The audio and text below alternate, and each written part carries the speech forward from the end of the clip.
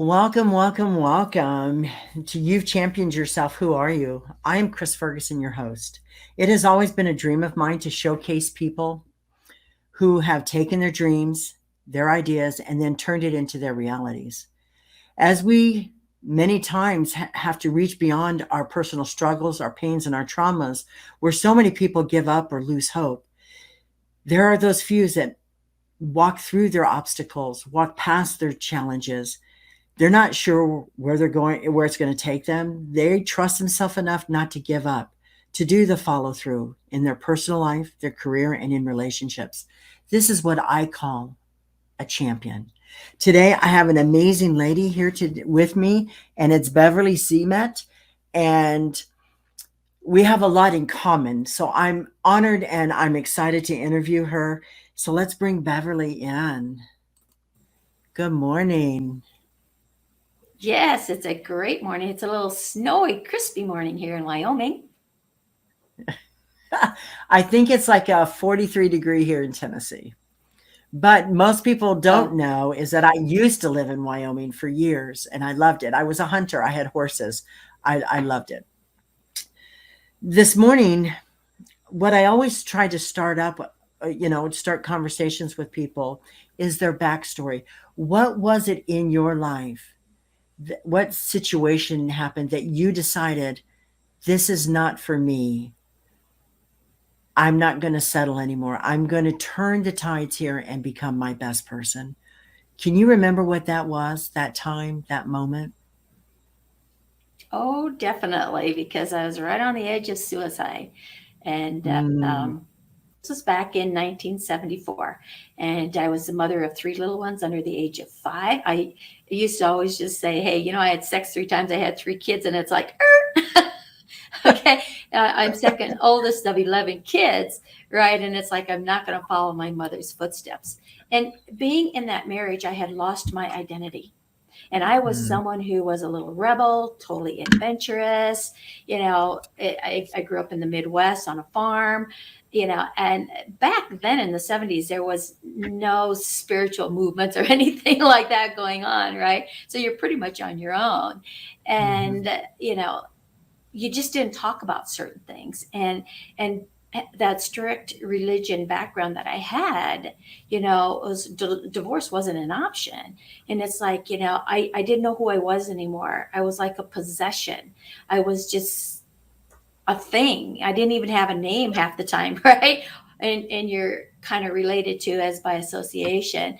So one night I decided, okay, I've had enough. I'm out of here. And I fought depression throughout my childhood, and I decided I was going to give God a piece of my mind and let all that anger that I've stored out for 24 years and just cut loose. And after that, I mean, I always had this intuitiveness about me, and I heard voices and I followed these voices and whatever. But that night was extra special because, you know, what the voice said to me was, who is going to take care of your kids if you're not there? That was my wake up call. It's like, OMG. That means I got to hang around for a long time because they're all under the age of 5. It's like, are you kidding me? So it's like, fine, let's make a deal. So I'm out here making a deal with God, right? It's like, I want out of this dead end marriage. I want out of Iowa. I want all this stuff.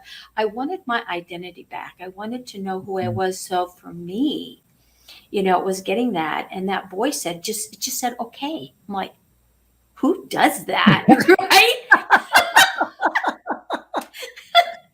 And so it's like, okay, it's like, well, and then the voice says mind over matter, and we'll get to that part a little bit later.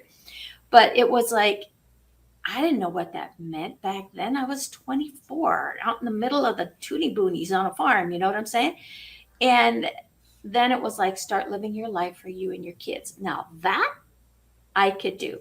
That was one of the major pivoting points of my life at that time, where I started living my life for my kids. I started to find out, who is Beverly.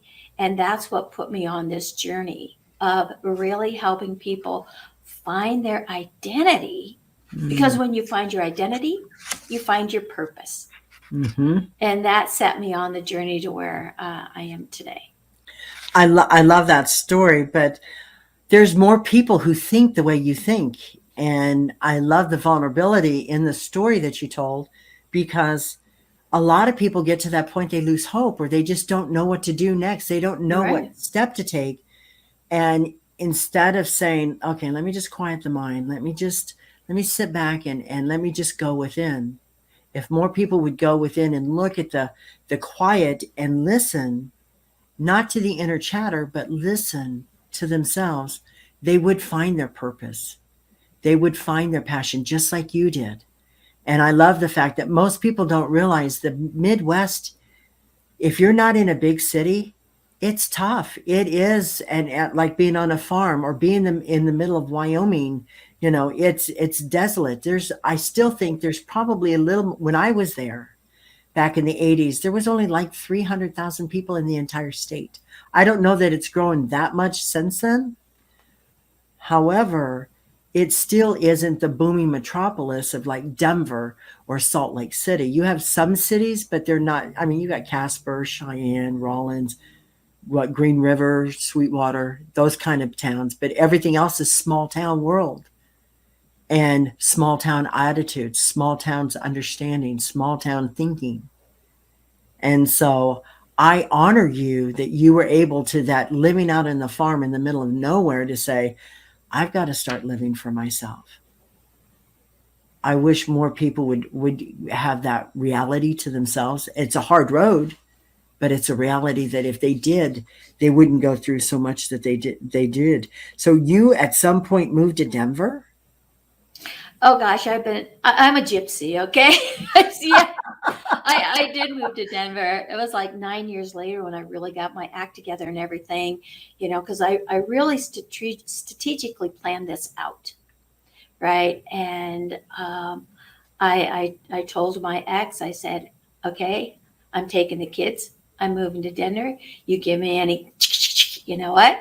And you'll wish to God you never met me. And I left. I put my kids in a little AMC Spirit, a few clothes myself, and to Denver we went. And that's when life started shifting. I filed for divorce and I took my maiden name back, which now was a huge part of my identity.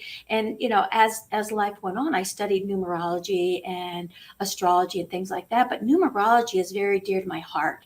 And when I really understood why I was feeling not connected to myself, was because my married name just was static. It didn't fit. And when I went back to my maiden name, all of a sudden I felt a freedom. I felt alive. I felt, wow, I got me back, And not everyone, will feel that way. But think about that when you study the numerology and Mm-hmm. you understand frequency. And I am a frequency freak, and because everything is frequency, right? So when Mm-hmm. you're working in the healing arts on all different levels. But moving to Denver from farmland USA to Denver, Colorado, wow. You know, Mm-hmm. I went into a man's business. I was actually outside sales in a parts department, and I grew up as a tomboy, from little on. I think the first time I crawled inside of a combine, I was probably 3 or 4 years old. My dad gave me a flashlight and a screwdriver and a pliers and said, okay, you see this, you see this, you see that, right? And putting pieces together. So for me, that was kind of a natural. And, and then I ended up getting in the sandpaper business where I sold sandpaper to body shops. I actually started my own business, went into every aspect of automotive. In 6 months, I had a six-figure business, which Mm. was something that, blew me away, because little farm girl from Iowa, I'll tell you, when someone gave me $1,000 to start my own business, I thought I died and went to heaven. I had never seen $1,000. I mean, it sounds really weird, but I'd never seen Mm. $1,000 in one spot, you know? And it's like, whoa, $1,000, man, I can do all this stuff. So there was no barrier in between, Mhm. right? And building again that relationship. So you're learning how to build relationships and communicate, with people. And you serve them, you give them what they want, they're going to give you back.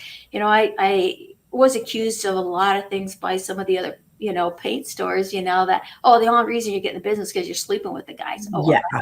that that little rebel. No, well, welcome to a man's world. That's the mindset I was talking about from small town America. Oh Because my I gosh. in law enforcement, of course, when I was a correctional Same officer at thing. a men's prison, oh, you just want to see naked men. No, not at all. So You that have no idea. It's not like it's bars, it's cells, and they have doors on them. There's no naked men. Just give me a break here, But I got it. I got it. Yeah. yeah, if anything else, Chris, it's like it gives you that little extra driving force of, oh wow, you just set me on fire. You're in for trouble now, And, but I love it. I did earn the respect Mhm. from those other salesmen. I also earned the respect of every body shop that I did business with. They really looked out for me. When somebody new came on the block, they would say, hey, don't go down there because you're not going to walk out of that shop the same way you walked in. Don't go there.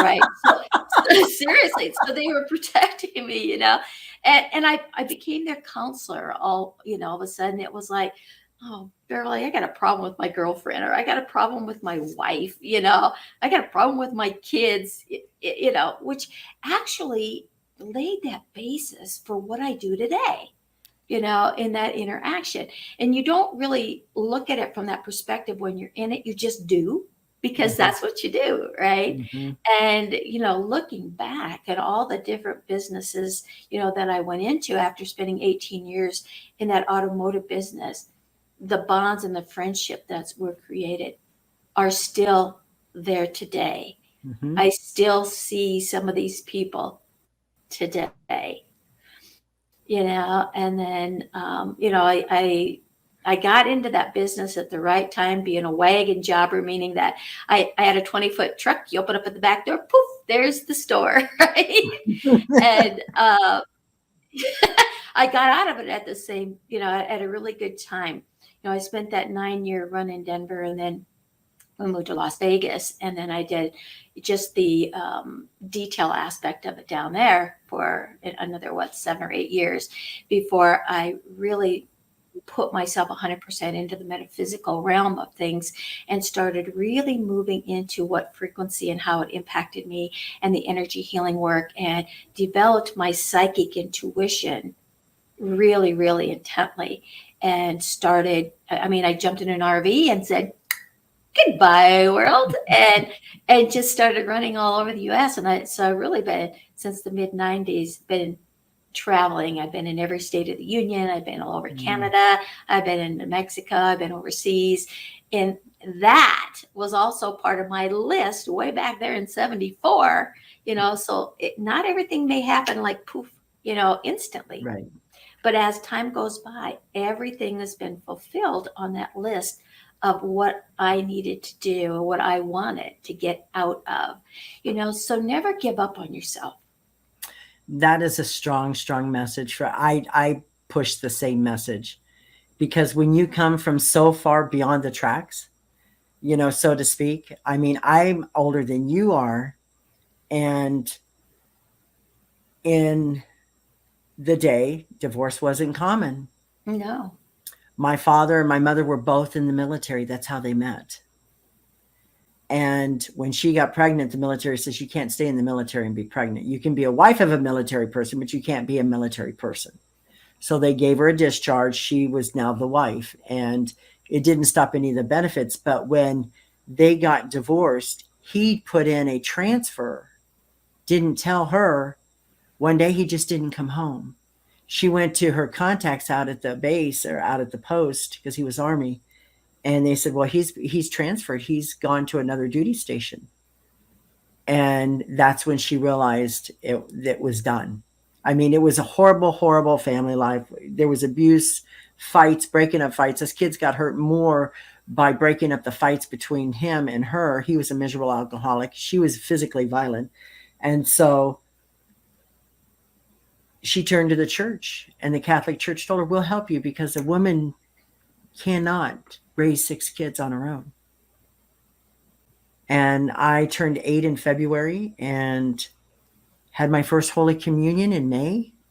And June, it was the 6th of June, I became an orphan at an orphanage. My mother had dropped us off with the 6 of us. There was 6 of us, four boys and my sister and I. And it was the most traumatic emotion in my life. So I understand that time, that era, those society norms. I've never been a fan of society norms since then because it was dictating and putting things in people's minds that they didn't have to be accountable or responsible for their actions and behaviors, and they could walk away. And to me, that started this disposable society that we have now, some 40, 50 years later. So with that, everybody has their own their moments, but in 1973, I was the Junior Olympic swimming champion in my age group, trying to go to the Olympics as an orphan in an orphanage. And I took my age group, and I was beat out by a girl named Sharon Gould, who actually went to the Olympics in 74. And I think she got like a silver medal or something like that. So the fact is when I couldn't go to the Olympics, my dreams of being that competitive swimmer was gone, because there was no way the orphanage was going to pay for me to be sponsored by the Olympics. I was a minor. They weren't going to do that. So I understand that switch and that light going on, and I'm grateful that you talked about it. But I really like to talk about your energy healing, because I'm an energy healer. I agree with frequencies. Everything is quantum physics when you break it down. It's all scientifically proven. And what's your opinion on the placebo effect? I'm kind of curious. The placebo effect. When you look at placebo starts with a P. Mm-hmm. And belief starts with a B. So if you look at the alphabet, B comes before P, right? So when you believe beyond the shadow of a doubt, Mm-hmm. that's what reality becomes. So with the placebo effect, you have a belief in someone who's presenting, so if you go to a doctor, because they are an authority, right? And so you believe that they are doing the best for you. I don't feel good. And they say, here, take this pill and it will make you better. Okay, there's no doubt, there's no questioning. It's like, because you feel so bad, if that pill's going to make me feel so good, well, I can bring it on, right?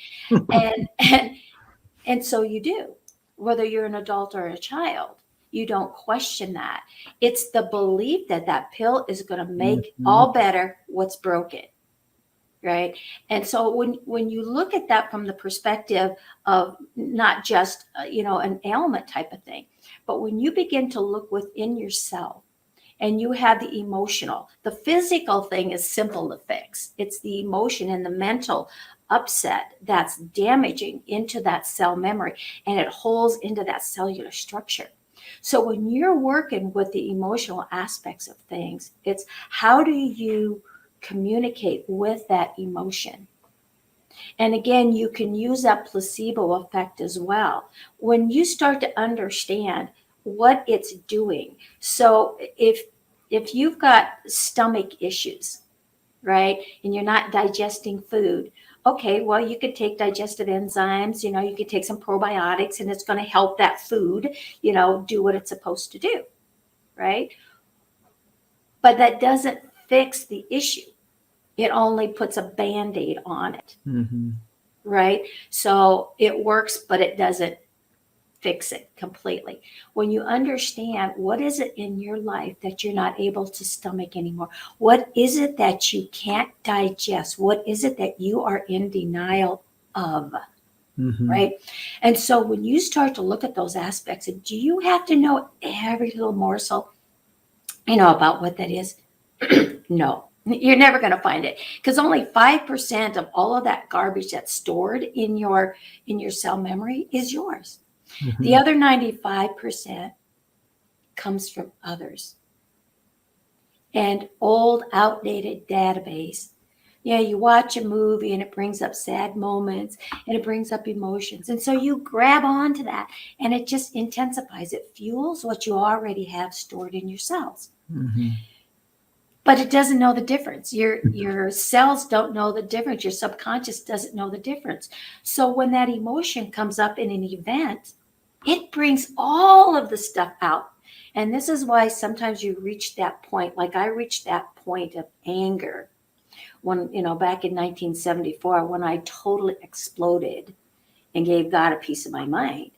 It was releasing all of that wasn't even all mine. Right? So when you can understand how that happens, because it's all energy, Mm-hmm. right? And so when you look at a placebo, so when you're working on someone because they know it's time to release and it's time to surrender, it's time to let go of the things that no longer, serve purpose. We have this thing about ownership, right? All this stuff. I mean, look around your house. How much stuff do you have? Look, it's in your closet. How much stuff do you have in there that you don't use or haven't used, in years? But you still have it and you don't want to let go of it because it's that lack mentality that we all suffer from to some degree or another. But when we understand it's an exchange of energy and what that is, clutter is clutter. Mm-hmm. If you got clutter up here, I guarantee you got clutter out here. The more clutter you can get free out here, the less clutter you have in here. And it's that conflict that goes on. So working that placebo is also when you study the different belief patterns and releasing patterns and the ability to use techniques. Systems work, people don't. So when you have a technique and it runs in a system, like I've got a rah-rah system is what I call it, so that when you're looking to eliminate, you don't need to know what it is you're getting rid of. You just need to know that you're going to get rid of whatever it is that's causing this uncomfortable emotional feeling every time this certain event happens or this certain person shows up or this certain thought comes into view. So it's to recognize Houston got a problem. Right? That's my Houston. favorite saying. It is hysterical. I'll tell you why afterwards, but go ahead. So Houston's got a problem. So you recognize that. And then you have to acknowledge it as being your truth. Because you know what?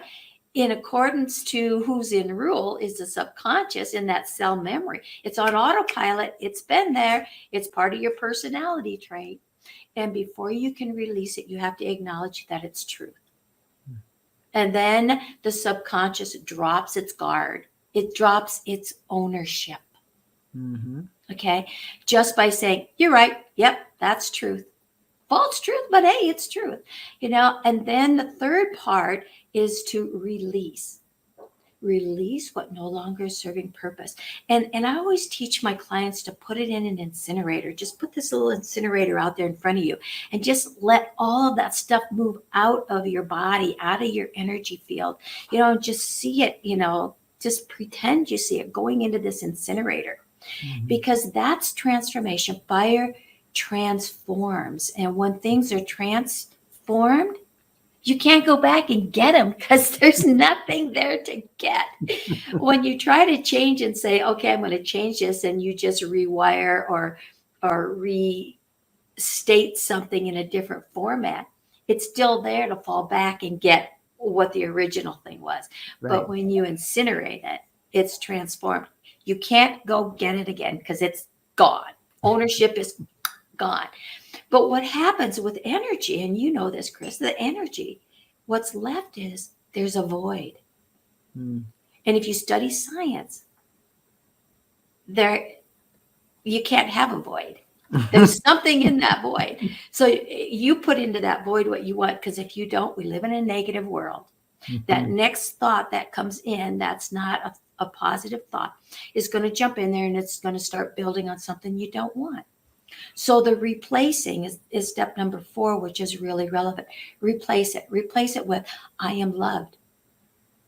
I am powerful. I'm unstoppable. I'm grateful. All of these first person positive statements. And then forgive yourself for the incorrect perceptions. Forgive everybody who played a role in that, right? So you're now releasing and changing and altering everything. And that's part of that placebo, because you can't see it. You can't smell it, you can't taste it, right? But it's there. The belief and the knowing that it's there, and just follow through with it. That's part of that placebo activity. Just going on blind faith and trust. And that faith Yeah. and trust has to be here first. So once you've replaced it, then the last step is to accept that. So embrace yourself and accept it as your new truth. And the subconscious then starts to play that tape instead of the other one you just got rid of. So I hope that kind of makes sense. It does. It does. Most people don't realize, and with the placebo effect is that in research, doctors will give you a blue pill and me a red pill and say this is going to cure you. And out of, again, the trust in that doctor saying this pill is going to help you, you believe that it's healing your body. You believe that it's fixing what's wrong with you. Right. You believe so much so you don't doubt. You have no doubts in the world. And so, even though it's a sugar pill, your belief system, like you said, feels it's healing you're healing. You're no longer sick. You're no longer coughing. You're no longer having stomach pains. You're no longer having any of these symptoms because the doctor gave you a pill. Right. He just didn't tell you that it was a sugar pill. And that your mind actually, because of your trust and your beliefs, healed itself. Exactly. And And it, yes, so in doing so, the placebo effect, and I use this too, and I asked this of healers, and I love the way that you answered it. I absolutely loved it. But the shorter version is that when you trust yourself enough to know and get out of your own thoughts and out of your own way, like you said, and start scanning your body, feeling where you have a pain. Why are you having this pain? What are you eating? Go within. What are you worried about? What are you thinking about? A lot of things. Worry can cause a body so much stress and pain that worry can kill a person. oh gosh, yes. Yeah, that's directly connected with stress. And it's been proven, science has proven Mm-hmm. that stress is the number one killer because it's triggering everything, Mm-hmm. and so that de-stressor is necessary. There is no boogeyman other than the one you create up here in the 6 inches, right? I love that. And it absolutely is. It is that tornado they create above their head that I Oh call it, gosh. that they've got this woulda, coulda, shoulda, I need a boo, but but so yeah, it is. Absolutely. I Yeah. absolutely agree. And you're absolutely right. But let's now talk about spiritual wellness. How do you go about working with your clients on spiritual wellness? Oh, that's a great question. Spiritual wellness comes in a lot of different degrees and a lot of different phases, and, everybody's, oh, meditate. Okay. And how am I supposed to do that? Okay. Right. You're sitting here. Oh, I that, don't. Just so you know, I don't. I that, don't. that is not what true meditation is. We meditate is just another word. It's when you are in prayer. Prayer is like being in that meditation. Daydreaming is being in a meditation. It's altering the state of where you are, of your consciousness. It's moving you away from all the static around. And some of the simplest ways to start, helping yourself to begin to relax is to breathe. Now, we do that supposedly unconsciously. We better, or we wouldn't be walking around, right?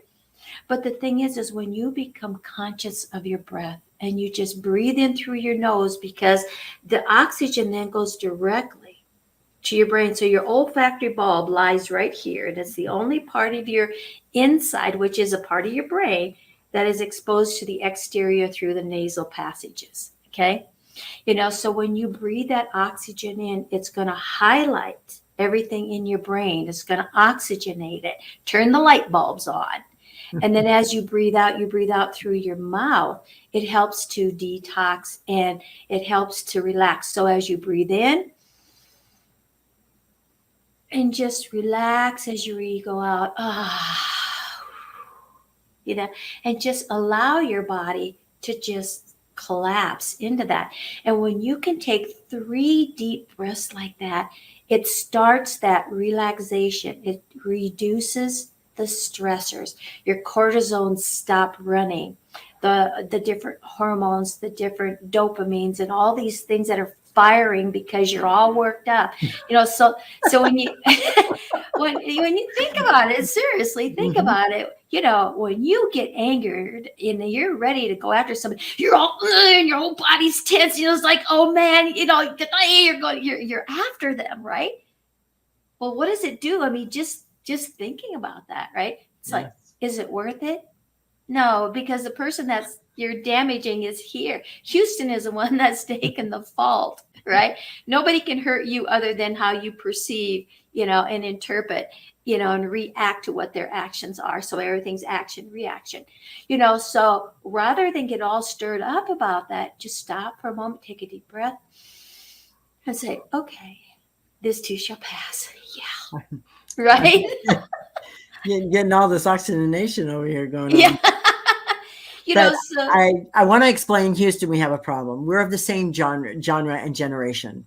And yes. the fact is back in the day, whenever they sent up a space missile with astronauts in it, if there was a problem, the astronauts would always say, Houston, we have a problem, because it all Exactly. stemmed from Houston. I recently was supposed to go to a spiritual conference down in South Florida.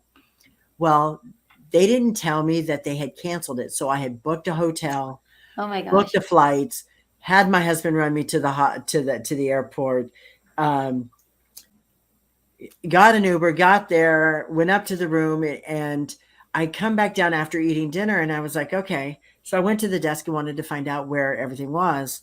And they said, we don't have this event here. We don't know what you're talking about. And so I calmly call my husband, and the first thing I say is, Houston, we have a problem. And he's like, what's going on, honey? And I said, well, guess what? I flew down here, have a reservation here at the hotel, and there's no event. He said, what? Are you kidding me? And he's starting to get triggered. I said, well, Houston, we have a problem. He goes, I'll call you back. So I didn't get triggered. I don't get triggered, but it was the fact that it was just, that is my go-to saying. When anything is not going awry and it's not adding up, it's like, Houston, we have a problem. And my husband, 18, he was 18 when Apollo 13 went and landed on the moon in 1969. Mm-hmm. So anyway, so he was, um, it's like memorable. He's all about space and the Apollo missions and the astronauts and stuff. So this is the one way to he knows that I can say, Houston, I have a problem, and he knows I'm extremely serious about it, even though Right. most people are like, what? Houston's got a problem? So I Yeah, I wanted guess to that's a share that with you. generation thing, right? It is a Yeah. generation thing. So I just had to share that with you because it's amazing. But in in the categories of spiritual awareness, Mhm. where do you start your client off? And what steps? Well, let's say if I was your client Mhm. and I had a problem with, let me just hypothetically say, overthinking, which, okay, I don't, but let's just say that hypothetically.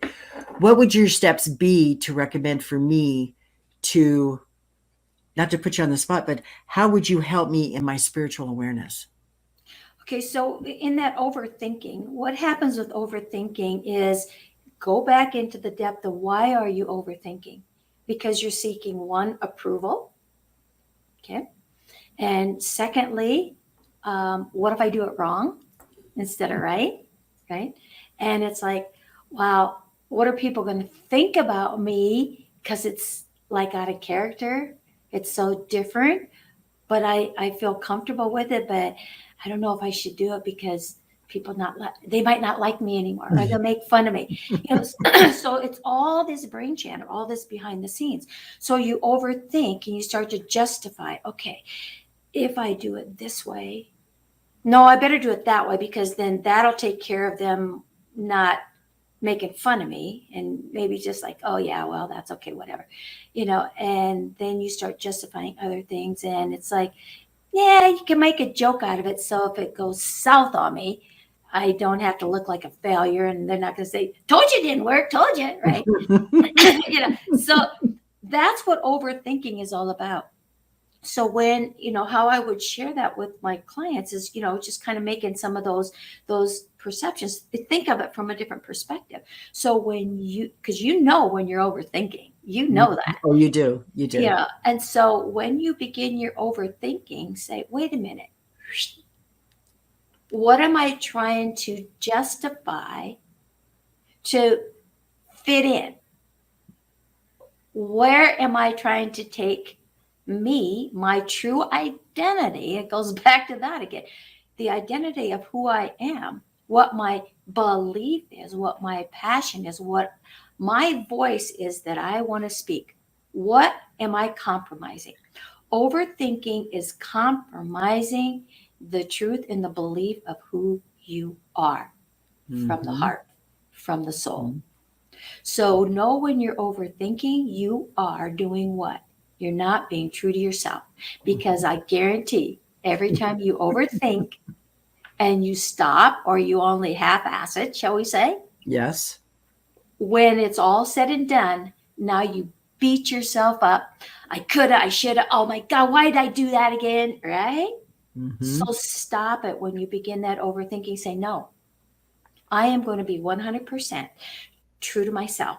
If someone has a problem with Houston's expression, it's their problem, not yours, because they can interpret, they can react to your action however they choose, because they have a database of information that's giving them their reaction. So all life is based on action and reaction. Right. I Cause love and that. effect. Yes, Right. absolutely.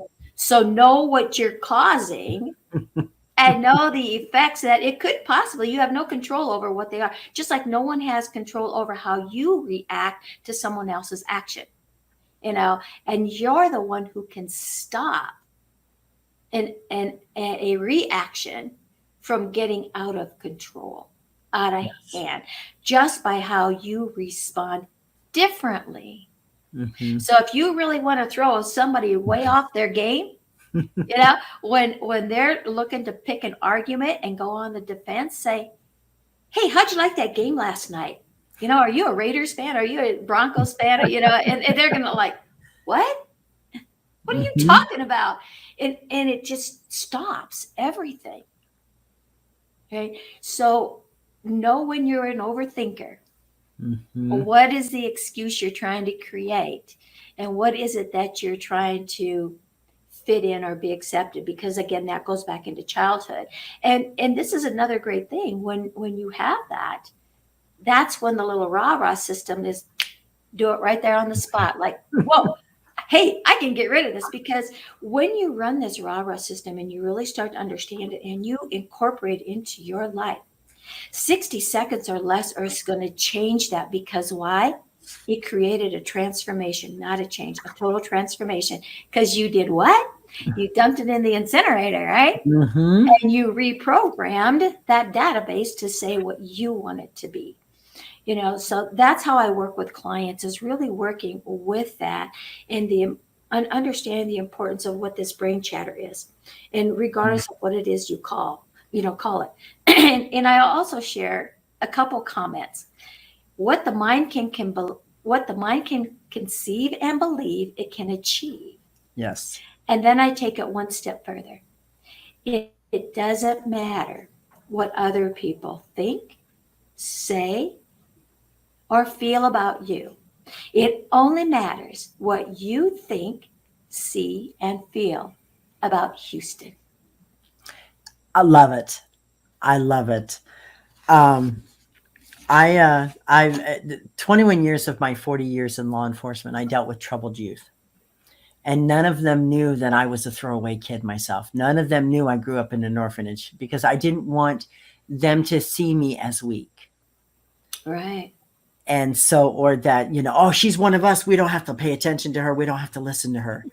So I didn't want that. So it was all about guiding them, giving them that support, giving them that individual to talk to, giving them some um, inspiration, motivation, and understanding that the first thing you need in your life, no matter who you are, is your education. Right. That's the first thing that you can be really, really be successful about. I mean, other than every day making your bed. This is one of the first life passages that kids can accomplish that nobody can ever take away from them, no matter what their life is before that point. But now you have the structure and the foundation to be able to say, okay, where in my life, I couldn't go to college. I couldn't afford it. College was something that was for the rich people that had money that, could get it no matter how much. Well, not only for that, but also I was a female. And so we didn't have the support of the sports to be able to get scholarships in sports for females like they did for the males in football, basketball, baseball, that Right. kind of stuff. And so the evolution of seeing this happening, I love. But the one thing that I loved about what you said is that you can do anything. And that was my light switch moment. And I've never looked back. Well, you can't look back because A if lot of people you, do. They doubt yeah, themselves. A lot of people do. They yeah, do. But when you know you can do anything, you're limitless. You can yes, accomplish anything. Me going to the police academy here in Tennessee at 60 years of age and graduating. I hmm, wasn't the fastest, but I wasn't at the back of the pack either. And I right, was the oldest one in class, but it was my determination, my drive, my thriving, my mindset that I was going to succeed. I, in my mind, succeeded before I ever applied. And that has a lot to do with how you can motivate yourself. I love what you talked about in spiritual wellness, but the reason why I'm bringing this up is I want to talk about mind over matter. And that was just in that it is a mind over matter thing. You yes. can do anything. There is no limits. The limits are what we create. Yeah, that is so true. Because again, it always goes back to Houston, right? And if you have a limiting belief, you have a limiting trust. Mhm, If you don't trust yourself, no one else is going to trust you. mhm, If you don't believe in yourself, no one else is going to believe you. If you don't love yourself, no one else is going to love you. mhm. Right. And again, it's what you give within yourself. And if you don't give 100% to the self, you cannot give 100% out of yourself. I hear a lot of people say, I love my kids more than what? More than you love yourself? How much you love yourself? Right? You know? I love that. It's true. It's so true that because You that's why I love it. That's right. So if you only love yourself like 70%, you cannot give that child or anyone else out there 100% because you don't have it. It's no different than if I ask you for $100 and you say, "Well, I only got 70. Well, I need 100." Well, tough. I only got 70, right? So you cannot give me more Mhm. than what you have, and that goes with everything in life, right? So when you talk about mind over matter, matter is what? Matter is substance. Matter is what this is made of, Mhm. right? And how did it get to be that? Did it just like poof? No, it started with a thought. Yes. And then someone took that thought and said, if I take these different materials, which are at a slower vibration, and if I mold it this way and that way and do whatever, you know, all of a sudden we have this nice glass, right? And then we decorate it. So that begins with the mind, turns into matter. So if you don't mind, it don't matter. Okay? and when we create that matter of negative thinking, you know, science has a way of just doing it. It's what you focus on is what you get. Mhm. So if you're focusing on something, like fear, that fear is going to show up in whatever aspect, element that you want it to, right? Whether it's just the fear of failure, a fear of success, because they're both different, fear of losing your house, fear of death, fear of standing on stage speaking, whatever it is. Mhm. If you focus on that, what the mind can conceive and believe, it achieves. It Mhm. turns it into matter. It turns it into reality. So when you're looking at mind over matter, know what's going on up here in your mind. What is it that you are creating? Focus on the things that you want, not the things that you don't want.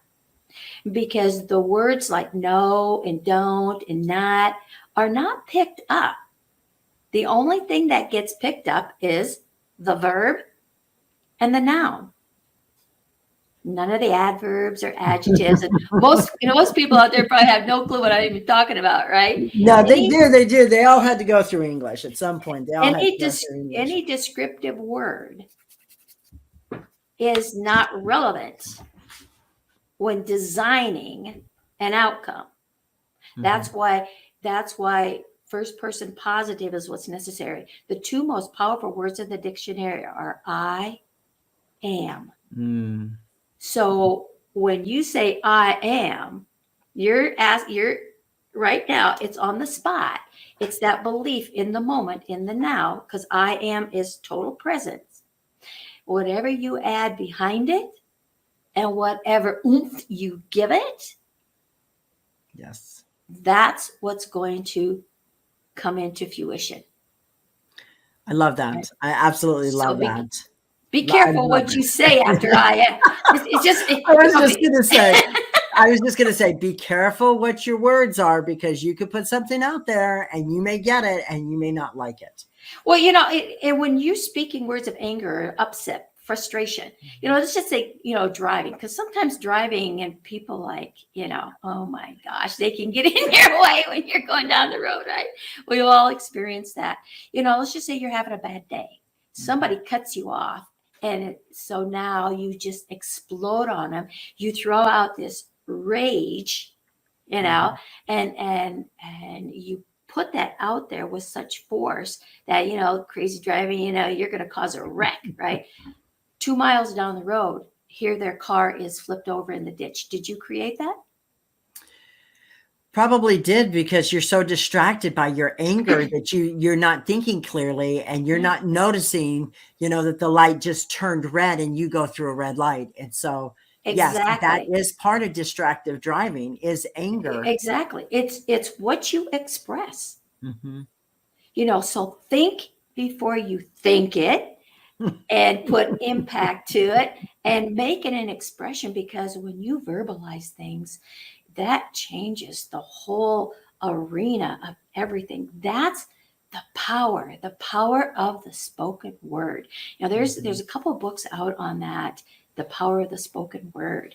And if you're a reader, it's just a really small, short read. I think there's maybe 100 pages in this book, but it's so impactful, because how you speak Mhm. is how you become, right? And these are things that both you and I have learned over the years. I've been on the planet for 72 years, right? And you've been on the planet for 62 years. well, there you go. So we do know something, Yeah. and we do live it. And again, it goes back when you're talking about the mind over matter. That Mhm. also has a lot to do with walk the talk, Yes. right? Are you talking the talk? I mean, yeah, how many times have you heard they'll say, well, they talk a mean story? Hmm. Which means they're not following through. So Correct. if you walk your truth, and this is why it's really important to know your identity. What is it that constitutes who you are? Mhm. What is your truth? Mhm. Speak it, be it, live it. And when you're the truth and it all comes out, you don't have to worry about a facade. You don't have to worry about something coming up to bite you in the backside, because you didn't think anybody was going to find out. It always comes around. It So does. if, It if absolutely does. everything you say and do is just that, then you're open. You're an open book, and nothing can bite you from the backside. That's funny. I love that. I love that. But like, I'd like to talk about your gifts and your talents now. Can we talk about those as far as your healing workshops, Sure. your psychic surgeon, and helping people find their true identity? They kind of all incorporate together. I like Mhm. to work with nature too, because the animal spirits have information for you. We have messages all around us. The wind gives you message. The air gives you messages. The sun gives you messages, the earth gives you messages, rocks, trees, sound, all of these things are vibration. They all give you special messages. So how do you learn to pay attention to everything, around you? When an animal crosses my path, I'm grateful. And it's like, what's the message you're giving me? So I teach different elements where I have what's called a sacred wheel, which is based on the medicine wheel, which is the elements and color, Directions. sound, the astrology, everything incorporated in, which really gives you your identity from every aspect. It's a powerful, powerful program. And it's between a 5 and 7 day retreat. And I'm getting ready to put some more of those out. I do teach psychic surgery. And you say, well, what is psychic surgery? And again, you go back into that placebo, Mhm. right? Psychic surgery is removing something. So if you have, so let's say Houston has an issue inside, and I'm going to give one, and this happens to be my sister. And this was back in the 90s. She was living in Denver. I was living in Las Vegas. And she called me freaking out because she had this growth in her uterus, and it was a Mhm. tumor. And they've been watching it for several years. All of a sudden, it started growing pretty fast. Oh, wow. Now, she had been under anesthesia when she had her kids. And so she's allergic. She died on the table. So Oh. that going under surgery is a greater fear. That was a greater fear than what was taking place in this growth situation. And she knew that I did psychic surgery, meaning that you intuitively go in, energetically remove it, where the consciousness in the matter world, it's Mhm. also eliminated at the same time. Because again, it's all developed out here in energy Mhm. before it solidifies. So when she shared with me, and I finally got her calmed down, was okay. And this was like on a Thursday. I said, do you trust me? Yes. Okay. So then just know when you go back to the doctors on Monday, you go to the hospital and they're going to take another, picture of it and, get you prepped and everything, that they're going to find nothing. Can you do that for me? Can you believe that? And she said, yes. So again, now that's she trusted in me. There's your placebo. Mhm. She trusted in me and it was greater than her fear. And so when she went into the hospital on Monday, and they took a picture of it. And because once I got in there, I took it out. There was a couple small ones, and there was a big one. It wasn't a malignancy, but that didn't matter because in the brain, the Mhm. brain does it. But I looked at her fallopian tubes too, and they were like a disaster. It's like what a mess. So what I did is I energetically replaced them. With newer ones, right? Cleaned up the whole uterus and everything and made it look nice and pretty in there. Okay. And so when she went to the hospital, and they, of course, had all of her x rays and everything over the years. So they took a picture because they wanted to size it up so that they could go in and do the surgery, right? They're like, there's nothing here. They looked at the old x rays and they looked at the new x rays, like, okay, there's no growth in here. These don't even look like the same fallopian tubes and everything else. Nothing looks the same in here. What the heck just happened? You know? And now they're like on the ultrasounds and they're looking at all of this, right?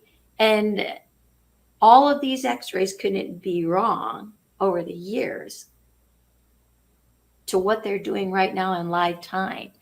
They're like, well, there's nothing we can do. There's nothing there, so go home. you know Now this is interesting. This was on a Monday. She's all excited, right? She goes home, she goes shopping, right, and everything else, and it's like Wednesday or Thursday, and I call her and I say, well, how did things go on Monday? She goes, Oh yeah, I forgot to tell you. That is hysterical. So what you're looking at, and this is reality. And Mhm. again, when I teach people how to become their own psychic surgeons and remove the matter things, the things that have gone on, but the most fun part is being able to see it in the field, see it in the energy Mhm. field before it has a chance to manifest into matter, and how to remove those things. And again, it goes back into a lot of that recognizing those truths. But it's like opening these eyes. You know, we talk about the third eye, it's seeing beyond the energy. Mhm. Now, some people see, some people feel. You know, and when you can scan a body, the energy, you're going to feel it through the hand chakra. You're going to feel that difference. You know, so I teach like 18 different chakras, how each one of them connects to a different element within the body. What are the emotions attached to it? And how you can start that repair motion. You know, I've never been really, sick a day in my life, because for me, sick was not an option. Mhm. And I built that into my reality, into my cell structure from little on, because being second oldest, right, of 11, how do you get attention? Well, here's this little intuitive Beverly that didn't even know what this was going on. I think you'll find this a humorous story. So when in the wintertime it was cold and everybody's locked inside, and flu season, you get colds and everything. It's like, if everybody's sick and I'm not, guess who gets mom's attention and dad's attention? Oh, So Love here's the reverse psychology. Love, love, love the reverse so psychology. here's this little deceiving me, this little, yeah, whatever. It's like, okay, I got to make sure everybody's sick at the same time. Did I create that? You know, I think sometimes I did. Not all of it, but I think I did, just to be able to have that attention. So I didn't allow myself to be sick. Now, granted, I'd have to take them water and I'd have to take the puke bucket and everything else. But you know what? I still had the attention, all by myself. I love that. I love that. Yeah. When So you talk about helping others find their true identity, what are you talking about? it's really starting to pay attention to who is the soul of who you are. What's your journey here? Where's your passion? If you can, start playing the what if game. Let's go back to the what if, the pretend, because everyone has that little child. It's like, if you could do anything in the world, nothing in the way. You had all the money, if that's what you needed, you had all the traveling ability, whatever it is. What is it you would want to do? What is it you would want to be?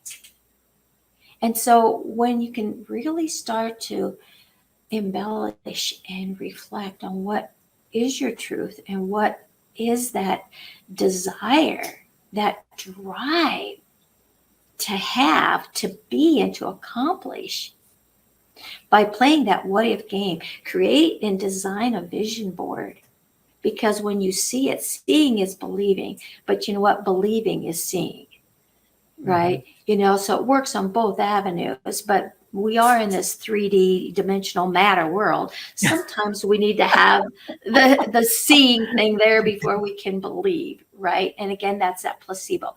So if that picture is your placebo, then hang on to it, but bring it into the now. That, and you have to speak it, as because when you say I am going, the ing going is movement. So as it's going and you're chasing it, so it's like, I have, Mhm. this is mine. Lay ownership and grab onto it as if it were already in the present. Mm.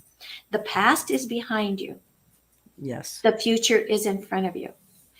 They are something like, the past you can't change because it's done. The Mhm. future, you don't know what it's going to be because you don't know if you're going to wake up tomorrow to get there. So all Mhm. you have is the present. If you focus on your past, your present's going to look, your future is going to look like that past, because you're Mhm. living in the past and the present. So now is your time to design and create what you want your reality to be. Look at what are your assets. And if you don't know what your assets are, then ask somebody else. Say, hey, I want to ask you this crazy question, but do you see me having any assets? What do you see me being worth or doing anything? You are going to be blown out of the water by what people will say to you. Like, oh my gosh, yeah, you're great at this and you're great at that. And you do this and you did it, and you're going to be like, whoa. Now pay attention to that and listen to it and start to develop that. Start really being aware that you are an expression of that. And then also ask and say, what are the things that you don't like most about me? That's being extremely vulnerable, and a lot of people can't do that. I'm just saying they have a hard time doing it because they're asking for a judgment. Well, they really shouldn't be asking for a judgment. If you're gonna think it's a judgment, then it's going to be a judgment. But when it's a truth. It's not a judgment. It's a truth. What do you think I could be improved with? What? But see, you just rephrased your sentence. Yeah. And so exactly. But again, what is it a detriment? One of the fastest, easiest, simplest ways to know when Houston has one of these defaults, shall we say, that we don't want to look at and we're, oversighting, is when someone triggers a feeling in you that's uncomfortable. When someone makes a comment that wants you to chase down their jugular, right? Now say, oh, wow. And so when you see in others what you don't like, that you think they should change, now the eyes are the reflection. Turn that inward. Where do I see that in here? And start making those changes. So when you change that in here, you're not going to see it in others because it's not there. It was always here. Yes. So that's another, unvulnerable way, shall we say. But then don't lie to yourself about it, right? Absolutely. And really start to be honest with yourself. So if you're going to find your identity, you got to stop the lie. You got to stop the facade. Yes, the veils, beyond the illusions. Absolutely. I love that. But I want to talk to you about, I'm an international bestseller. One of my books just made it to the top 50 of Thinkers, Thinkers 360.com, which is a company that recommends books for influencers, CEOs, and others to read. What is the top? And one of my books is in the top 50. So let's talk about your book and what was the name of it and where can people get that if they want to get it? Oh gosh, I got several books out there. They're on Amazon. One is Which Side of the Fence Are You On? Which is That World of Duality. The Power Formula. Right now, I don't know what's going on with Amazon. They got things messed up. But if you want the Power Formula, which really talks a lot about everything that I shared here today, just, reach out to me, in an email at Beverly@beverlyzimet.com. So that's pretty simple. And say you're interested in that book and, we'll get you one. I do also have another book out on essential oils. It's actually a reference book, and it's a training. And I do I teach essential oils, how to blend and how to smell and how to create and apply essential oils, which also help to enhance and make some of those transformations for you as well. So, and then I collaborated a couple other books, so they're out there. But right now, the best way to reach me, like I said, is on that, in that email. And we'll get you everything because I've got a lot of things under construction right now. And I will have a link for you at the time, to be able to get you into that contact. I'm all over social media. I'm on Facebook, LinkedIn, Pinterest. Is it Beverly.Zimet.1 on Facebook? Is that your? I don't believe there's a dot. I think it's just Beverly Zimet.1. Okay, I'm Zimet. I'm sorry. Yeah. Okay. And then on LinkedIn, it just says feed on here. So I didn't know what. Yeah, I don't know, but all I know is I'm when you like, put that that in, it doesn't make. shows up, and Mhm. it's under Beverly Zimet. It's under my name, Beverly Zimet. Um, Okay. yeah, So, and Twitter is under Beverly Zimet. and it's Instagram Zimet. So Yeah, I just want I everybody to know. Yeah, I just want everybody to know the correct spelling, one, and two, how they could reach out and get a hold of you for right. any of your services. So I'm honored. I'm honored. You speak my language. You're part of my tribe. It's like, woo, woo. I love this. I love this. So hang on just a minute. Hold on one second.